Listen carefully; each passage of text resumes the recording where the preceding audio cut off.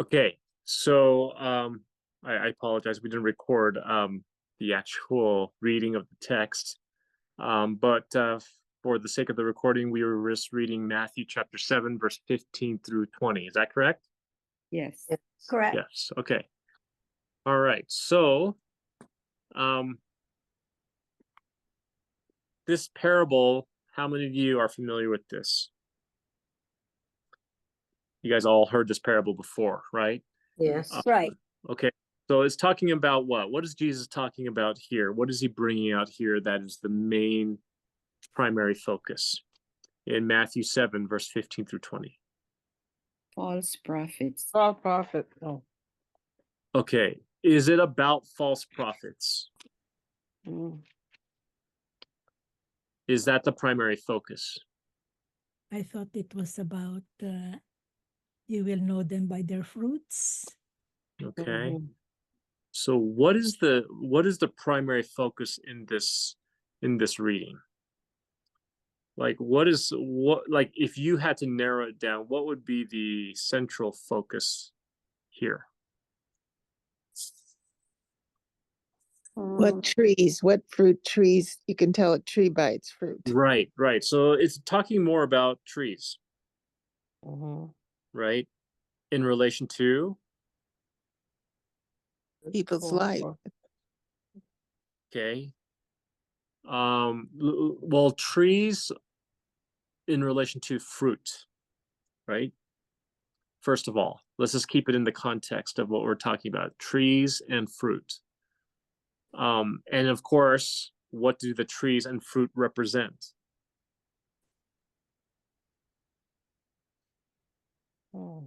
People. People. Yeah, people. Okay, people. And their works. Okay, and their works. Okay. All right, so Jesus is talking about trees, okay, and he's talking about fruit, and this is in reference to people. What kind of people? Good people and People evil and bad people. people. Good people and bad people. Okay. Why do you say good people and bad people? Well, there's two kinds of people.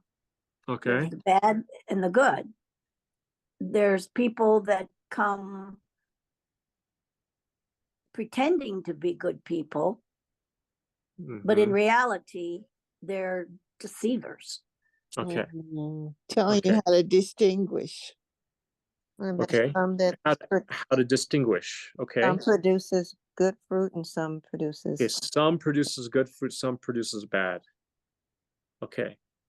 But it's interesting that it started on verse 15 with beware of false prophets. mhm. Is that part of the scenario, or It's definitely associated with what Jesus is talking about here, I would say. Okay. So let me ask you Do this. you think Go ahead, Sharon. do you think he's really talking about a tree, or the tree is a what's the word I'm looking for? It's a parable. Mm-hmm. So the tree represents a person. Okay. That's how I see it. Okay. There's good trees that bear good fruit. So there's good prophets that relays the truth, and then there's the bad tree that doesn't bear fruit. That would be the person that tells you falsehoods. Okay. All right. I think we're getting the gist of it. As we're observing here. What I'd like us to do, that's good that we kind of just exercised our observational thinking. That's good. But what I would like to do now is I'd like for us to take a look at verse 15. Okay. Let me ask you some questions here, and give me the answer from the text. Okay? Stay anchored in the text. What does Jesus warn us to beware of? False prophets. False prophets. Exactly. Very clear. False prophets. Very good. Okay? And according to Jesus, he's warning us about false prophets. And he also says that they come in a certain way. Sheep How clothing. do they come? Sheep Sheep's, clothing. sheep's clothing. They come to you in sheep's clothing. Whereas the false prophets, he's saying that you need to beware of are those that come to you in sheep's clothing. Okay? So if they're coming to you in sheep's clothing, what does that tell you? If Jesus is saying that they're coming to you in sheep's clothing, what does that tell you? False What- pretense. Okay, like let's not jump to preaching. Where did preaching come from? Masquerading. Okay, masquerading. So in other words, they come to you how? In sheep's clothing. In sheep's clothing. So sheep's clothing, what's the significance of sheep? They're meek. Let Sheep me, are yeah. generally Um, calm and Who kind. is sheep in reference to? Jesus, Yes. he's the Lamb of God. Okay, but Sheep is those who follow Jesus. those who follow, exactly. Okay, yes, it refers to Jesus, yes, but in this context, and you could say, yeah, Jesus comes as a false prophet, but it says it comes to you in sheep's clothes. So you got to understand, why does the false prophet come in sheep's clothing? Jesus. One can say, oh, Wants to Wants trick, you to think that he's following the shepherd. Yes. He comes to want to trick deceive. the people who are following Jesus. so yeah. So in other words, He doesn't He's want not- to give his true identity away. okay, yeah. So he doesn't want to give his true identity away. He has to masquerade in sheep's clothing, which tells you, is he or is he not a sheep? Not. He's not. He's not a sheep, exactly. Okay, so false prophet comes to you masquerading as one of you, Hmm. Hmm. but he's not really one of you. Do you understand? Yes. But he has to masquerade as such in order to Deceive you. somehow not alarm you. Mhm. Gain your confidence. Yeah, so in other words, he's got to somehow get Blend, into your inner circle, blend in. blend in. You don't think any second thoughts about it Mhm. as he comes to you in this guise, right?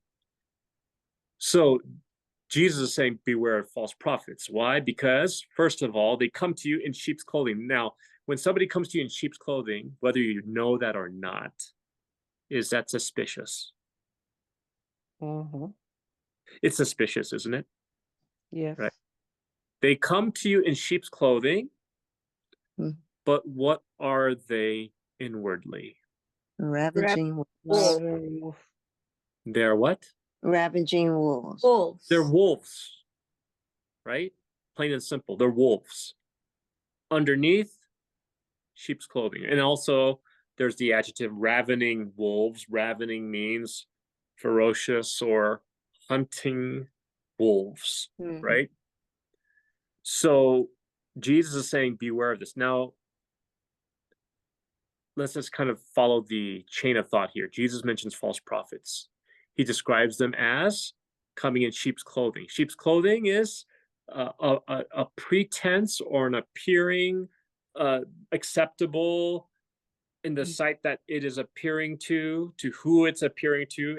It appears favorable outwardly. Yes, it's a disguise. It's a disguise. They are pretending to be something. They're not. They're They're- not. Exactly. Okay. And this is not the first time Jesus acknowledged this threat. And this is not the first time he gave warning about wolves. If you look at Matthew chapter 10, verse 16, someone read that. Matthew chapter 10, verse 16. Was there another time that Jesus mentioned wolves? Was there another time that he warned us about wolves? Yes. Okay. So Matthew chapter 10, verse 16, someone enlighten us. Matthew 10:16 said, Behold, I send you forth as sheep in the midst of wolves. Be ye therefore wise as serpents and harmless as doves. Okay, now this is very interesting, this text here. This actually expands our discussion from verse 15 of Matthew 7. Remember, I asked you, who are the sheep? And some of you guys said, it's Jesus. And that's not a wrong answer. But specifically in the context of Matthew 7, verse 15, who are the sheep? Those We who are We follow, are. We are the sheep. those who follow Jesus. And piggybacking off of Matthew 10, verse 16, do we have a better idea who the sheep are? Yes. Who are the sheep? Matthew 10, 16. Who are the sheep? We are the sheep. We are the Yeah, sheep. exactly. We are the sheep. Or in other words, those who follow Christ, Oh, right? yeah. And Jesus is saying, behold, I send you forth as Sheep. Sheep. Sheep in As the sheep. midst of wolves. in the midst of wolves. Oh, Wow. So in other words, Jesus, again, he's warning them. First of all, he's saying that you're sheep, and I'm sending you as sheep in the midst of wolves. So in other words, this is interesting. You are a sheep, now you're going to go into the midst of wolves. In Matthew 7, verse 15, you see there is a wolf going into the midst of the sheep. Mm. Do you see that? Yes. Interesting dynamic, right? Matthew Mhm. 7:15, the wolf goes into the midst of the sheep. Mhm. Matthew 10:16, the sheep is to be sent in the midst of the The wolves. wolves.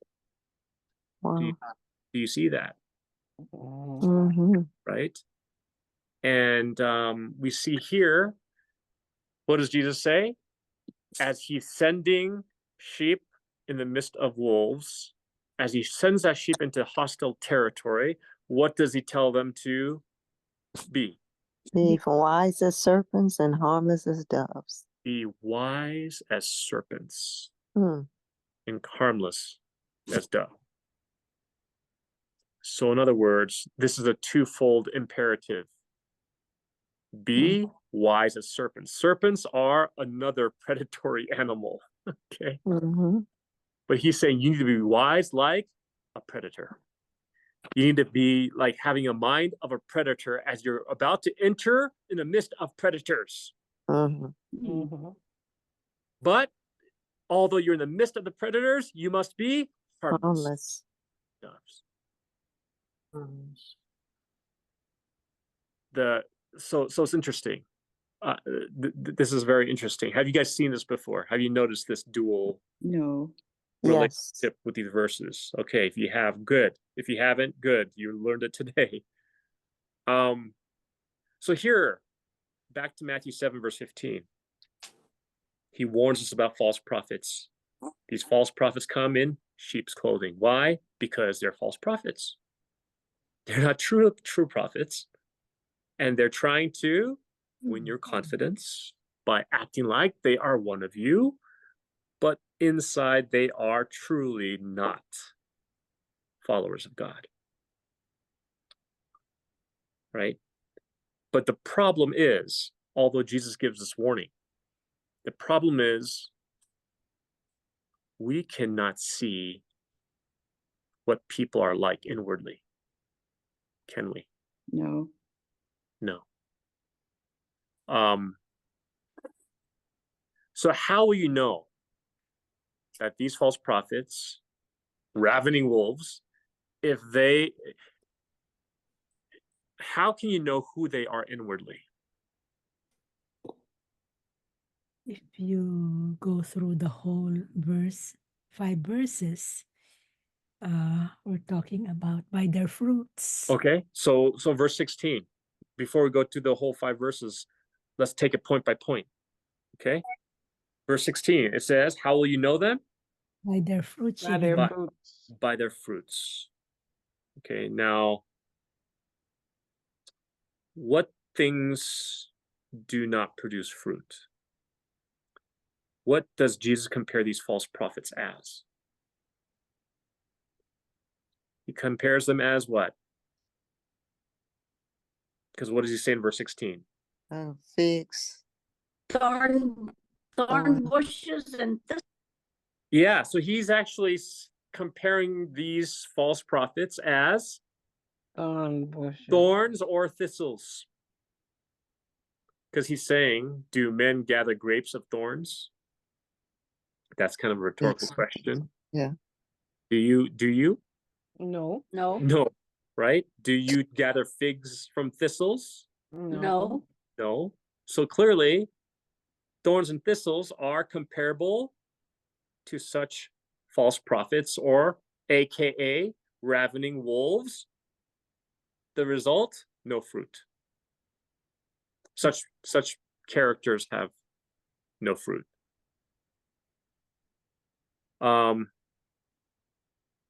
So verse 17. Jesus mentions two kinds of trees. What are they? Good. A good tree and a bad tree. Good Bad. tree. And a corrupt tree. Okay, the King James Version says corrupt tree. Okay. So what makes a good tree and what makes a bad tree? Good tree bring good fruit. Okay, Corrupt a tree brings forth good fruit. Okay, Corrupt tree brings evil fruit. corrupt fruit brings evil fruit. Now it's interesting. What is evil fruit? Is there fruit that is out there that is evil? Like if you take a bite of it out of it, you turn evil. So fruit must mean Is something. that what evil fruit means? Mm-mm. Oh, Okay. Because when you read that just from face value, it sounds like evil fruit. That sounds interesting. Like if you go to the grocery store, farmer's market, and then they say on sale, evil fruit. Mhm. Do you see that being sold? Do you see that being like, a hot item? Is that even marketed? If it was marketed, it'd be bad marketing. right. Why would somebody advertise evil fruit? What is evil fruit? And I had to ask myself this question: what is evil fruit? Mhm. And what you need to do is that we take it so for granted.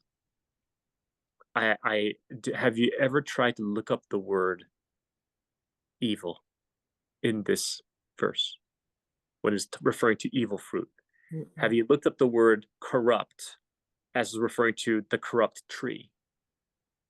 Because if you look it up, it's interesting. The word corrupt for corrupt tree, if you look at the original Greek definition of corrupt, it's rotten, putrefied, Mhm. poor quality tree. That's what a corrupt tree is. Rotten, putrefied, poor quality tree, right? And such a tree brings forth evil fruit. The word evil in the Greek means bad. Yeah, we know bad, but it actually means, furthermore, specifically, diseased. Mm. Diseased fruit. So Pastor, not, yes, Avis, you have a comment. yes, but could it be the opposite of the fruit of the spirit? No. Okay, let's just stick with what Jesus is saying. It could be. It could be. And that's good that you're asking that question. You're thinking fruit. Oh, fruits of the spirit. You'll know them by their fruits, and it could be very well closely connected to that. But let's just try to stay with what Jesus is bringing out here and see how that further develops. Okay. Okay. But that's something good to park in the back of your head. Yeah, think about things like that. Say, hey, could that be the fruit of the spirit? And that would be obvious because it's also talking about fruit there. But we want to get the value of what Jesus is portraying in just this context first. And then you can bring the other things in. whether or not they connect. Okay. But I think if we try to jump into other things really quickly and say, oh, that applies to fruit of the spirit right away, you rob yourself of digging deep into this particular parable and seeing what this parable itself on its own 2 feet has to offer. You understand? Yes, Pastor. Yeah. Yes, I believe there is a connection with fruit of the spirit, but let's not go there. Let's stay focused on the current context, the current passage, the current parable. Okay. So there's 2 trees now. Do you have a better picture of these 2 trees? Good tree brings forth good fruit. Corrupt tree, rotten, putrefied, poor quality tree brings forth evil fruit. Evil meaning diseased fruit. Now, how many of you guys would like to bite into a diseased fruit? No. No way, right? No, nobody's finds that appealing, right? So this is a very like, if you look at those definitions, what Jesus is saying here is very vivid, right? He's making a very good, he's making a very detailed contrast between these 2 trees, right? So good tree brings forth what kind of fruit? Good fruit. Good fruit. Good fruit. Corrupt, corrupt, rotten tree produces or brings forth what kind of fruit? Disease fruit. Disease fruit or evil fruit. Now you guys know what evil means, right? Evil fruit. Okay. So this is a set principle. Jesus is setting a principle in nature as it is in the physical world, so it is in the spiritual. Right? So the principle is every good tree produces only good fruit. Every corrupt tree brings forth diseased, evil fruit. Okay? It's never switched. You understand? It's never switched, is it? No. You'll never see a good tree bring forth diseased fruit, will you? No. No. You will never see a rotten, putrefied tree bring out a polished, beautiful apple, would you? No. No. Okay, so this is the set principle. Okay? So with this set principle in mind, go to verse 18. Okay? Now it's interesting. What do you notice the difference between verse 16 and 17 before we go to verse 18? Okay? Verse 17 and 16. What do you notice that's different? Verse 16, who is he describing? About thorns and thistles, gathering grapes from thorns, figs from thistles. Who is that describing? The false The prophet. false prophets. False prophets. Or we could say The wolf. wicked people, wolves, right? Mhm. Okay. Now, verse 17, who is he describing?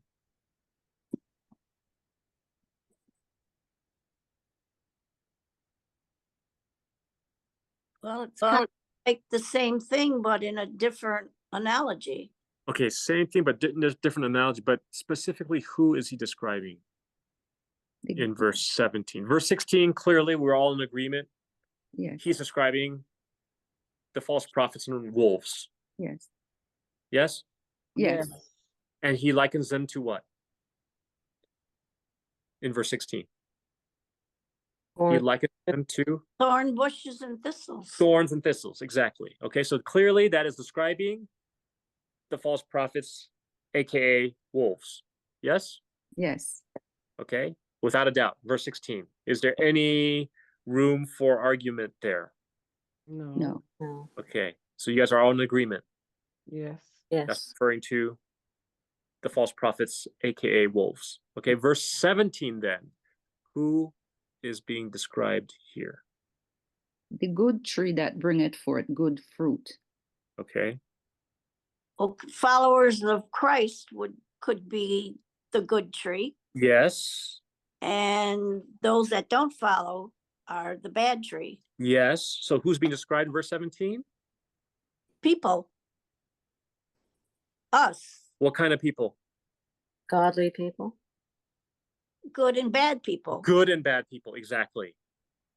Good and bad people, okay? Just to generalize it. So he's not just talking about good people in verse 17, is he? No, He's not just talking about bad people in verse 17, is he? no, No, he's talking about both, both. right? Right. Now, interesting thing, what do you notice about the difference between 16 and 17? I named one, I pointed out one difference to you just now. Verse 16 is focusing more on the bad. 17 is focusing on good and bad. But what else do you notice? There's a contrast between grapes and thorn Tree. bushes. Okay, yeah, there actually there is no relation to those things, right? Grapes never come from thorns. Figs never come from thistles. Okay, Right. but what do you guys notice here?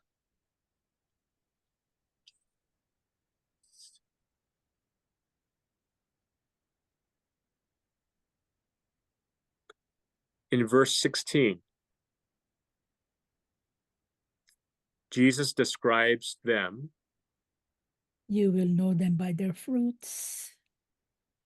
In verse 16, he describes them. Who's them? Men. The false. Men. Men. Men. Who's being described in verse 16? Who's them? Yes, men in general, but specifically who?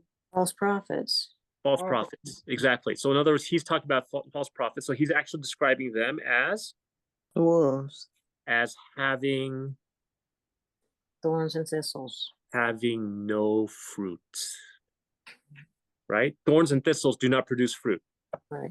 Right? So in other words, he describes in verse 16, he describes the wicked, but he describes them as having no fruit. Do you see that? Yeah. Right? There's no way grapes come from thorns. There's no way figs come from thistles. Right? Right. There's no way a wolf can be a sheep. Right? Right. Right. Okay. So verse 16, he describes them as having no fruit. Okay. These people, the false prophets, wolves, those who are not his followers. Okay. But now verse 17 is interesting. Jesus describes the wicked as Bad fruit. having fruit. Bad tree. Bad tree. So verse 16, they don't have fruit. Verse 17, the bad people, they do have fruit. Do you notice that? Yeah. So that's interesting. That is like that is a different way of looking at what Jesus is saying as he's describing in depth these wicked people. Right? They either have no fruit, or if they do have fruit, their fruit is Evil. evil. Do you see that? Yeah. Mhm. So get this. What does this tell you about false prophets? Based on this observation, what does this tell you about false prophets? What is Jesus telling you about false prophets? They bring forth evil fruit. Okay. False prophets, according to Jesus, Cannot can be put in one of two categories. Are you following?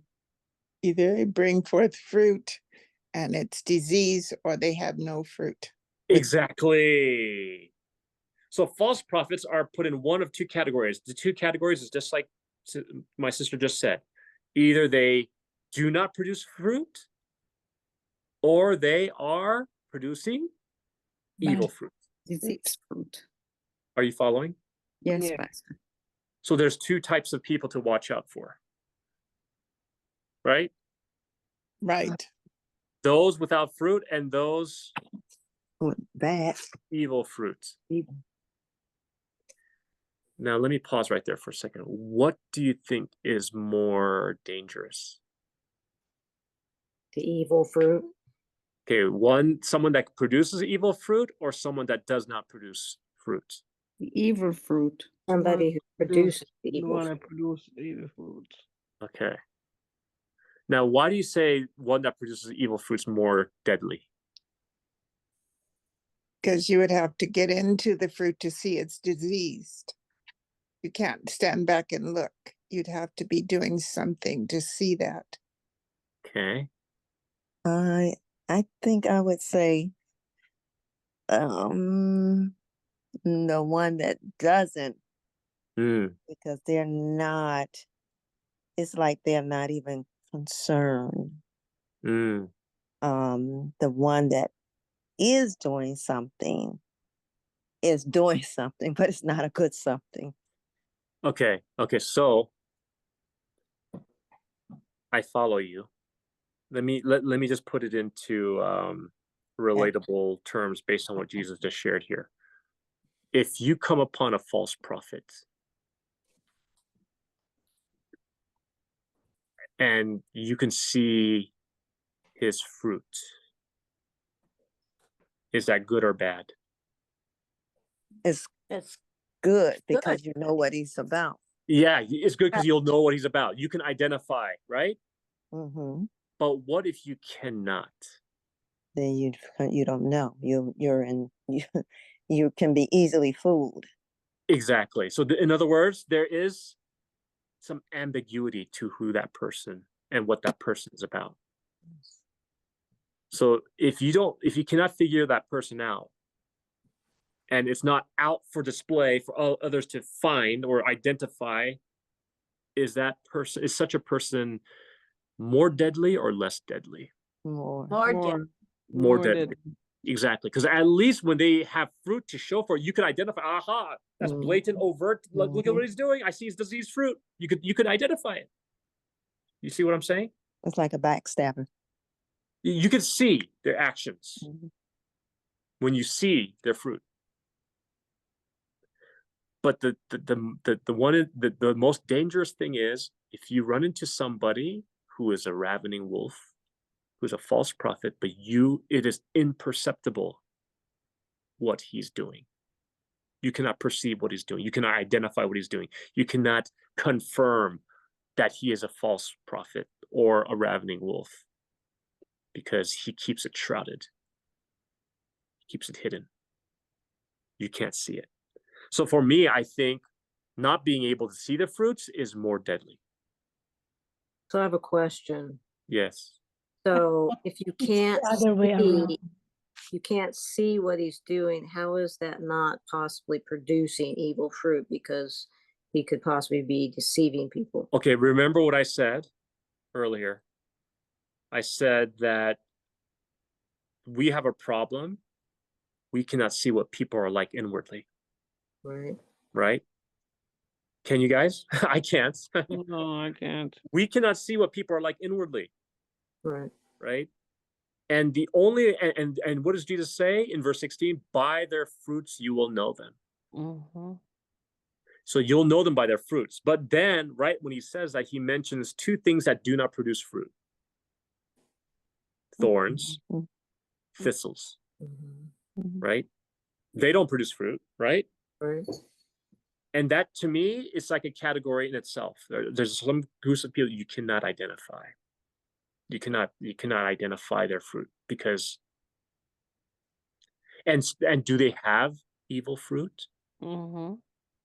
Spiritually, yes, right? But we do not have spiritual vision. You understand? Yes. Mm-hmm. I guess when we think of it, how we think of regular fruit, if you see the fruit, and sometimes you have to cut it to know what it's like. But if you get in thorns and thistles, seems like you would know them. I think Dr. Eleanor and I were saying that it seems the opposite way in real life, but maybe in spiritual life, it's different. Mm-hmm. So in other words, you can't really discern something that you don't see. Mm-hmm. Mm-hmm. But you can get stuck with thorns and thistles. Why would they say thorns and thistles? That's interesting, Rita. Interesting to think about. But the point I think Jesus is trying to tell us is that we got to be wary of both. Mhm. Okay. It's not like a cookie cutter.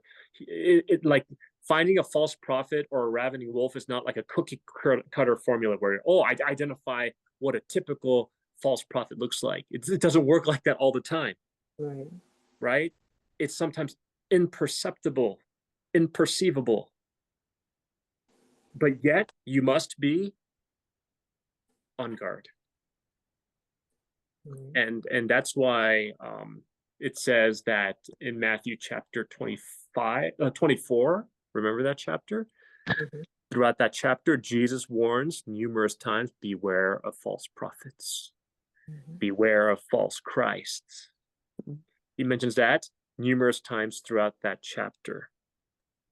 And the reason why he states that is because it says in that same chapter that even the very elect will be deceived. Did you say 24? said- Chapter 24? Matthew chapter 24. 24. Matthew chapter 24. Okay. And in that chapter, he says, even the very elect will be deceived. Okay. So we must know our Bibles. We must let the Bible be our guide, or we will be easily swept away by these false prophets. Whether we can identify their fruit or not. And there are some things that will not be seen until Jesus comes and everything is revealed, Mhm. right? But until then, we must be on guard. Okay? Wow. I think we are out of time. Okay. So I'll stop right here. I think it's a good place to stop. We'll continue this next time. Okay. But one thing I want you guys to think about in preparation for next time is based on the principle that Jesus sets, right? The principle is what? That Jesus said. That good tree Good fruit. can only produce good fruit. Fruit. Right? Corrupt tree only brings forth Evil fruit. evil fruit. In verse 18, that's what he says.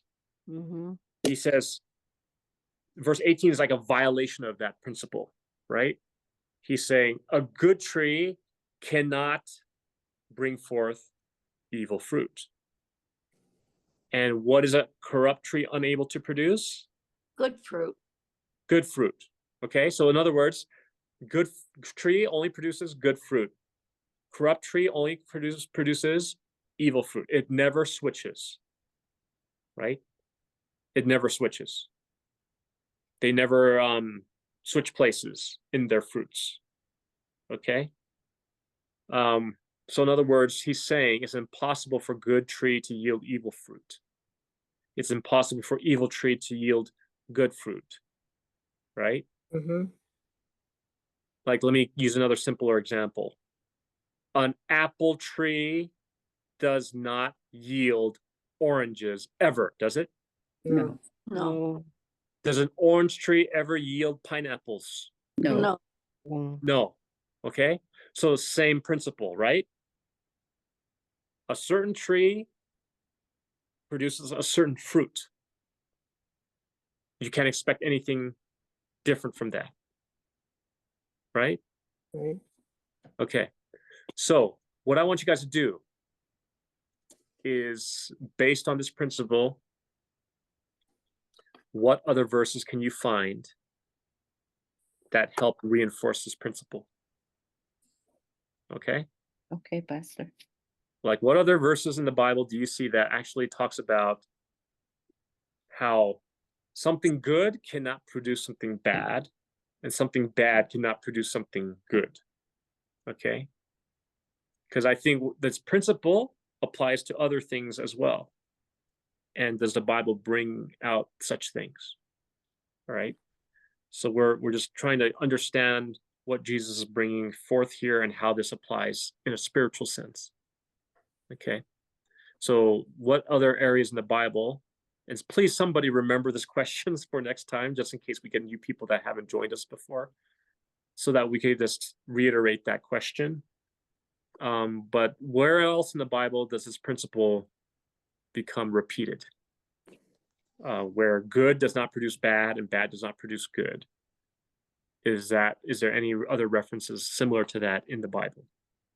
Okay. All right. You guys up for that challenge? Yes. All right. Very good. We'll continue this next time, but I apologize that we didn't give enough time as we could have today. I flew into Colorado today with my family, and so there's a lot of things going on. But I'm glad that we were able to still have a class today, and I'm glad that you joined.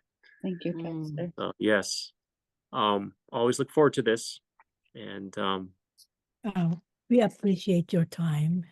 oh, I appreciate you guys having the hunger to know God's word in this way. Not many people. This kind of study is not for everybody. And only those who actually see the value of it, can appreciate it. And I'm not saying that those who don't, understand or don't see value in it will not see value in it later. But there's sometimes we're in different areas in our Bible study journey, and I think so time. I think many people don't have the time. I don't think they're not interested, because anytime anyone gets in here, whether they know or not, they just start answering. yeah, and that could be that's true too. Yeah, some people will be busy, and we understand that. We're not holding it against them. But there have been times where some people, I had like one particular person that I was preparing for baptism, and I was trying to teach a class where I taught the Bible this way, and for them, being a new Christian, it just went over their heads. They were like, I can't follow this and stuff. And part of it was because being a new Christian, they didn't know all the Bible that well, Yeah. so they couldn't have a background information to reference to. They're still drinking milk. Yeah, and so what we want to do is eventually get people to start solid food. And you're right, Sharon. She was at a baby stage, and so it was over her head. And Right? it's a different way that you go about teaching too. You don't do the regular traditional Bible study teaching. So I'm speaking for myself. When you started in the beginning, and it was a few of us, we had to get adjusted to how you were teaching, how you want us to think Yeah, and study. So right. it's a difference. It's not just, oh, I'm going to go to this Bible class, and you have to rearrange the way you think. Exactly. To be able to train yourself to see things in the Bible that you otherwise would not see. Right? And so I'm glad you brought that out, and I'm glad that that's a benefit to you. This has changed the way that I study the Bible. Before I dreaded giving Bible studies. I dreaded studying the Bible to give Bible studies, but now I love it. So I've grown from this, and I grow as I do this. How to better communicate the Bible to people, to the point where they start to learn how to study the Bible for themselves and to see these things. And the Bible has so much to offer us, and we just got to see it. We just got to open our eyes and see it. And so, but although it's short, was it helpful today? Yes, Pastor. Yeah. Okay. Okay, so we just went over 15, 16, 17, and I think we touched upon 18. So we kind of dived deep, didn't we? A little bit. Yeah. Yes. Was it too deep? No. No. Okay, good. You were able to follow. Okay, good.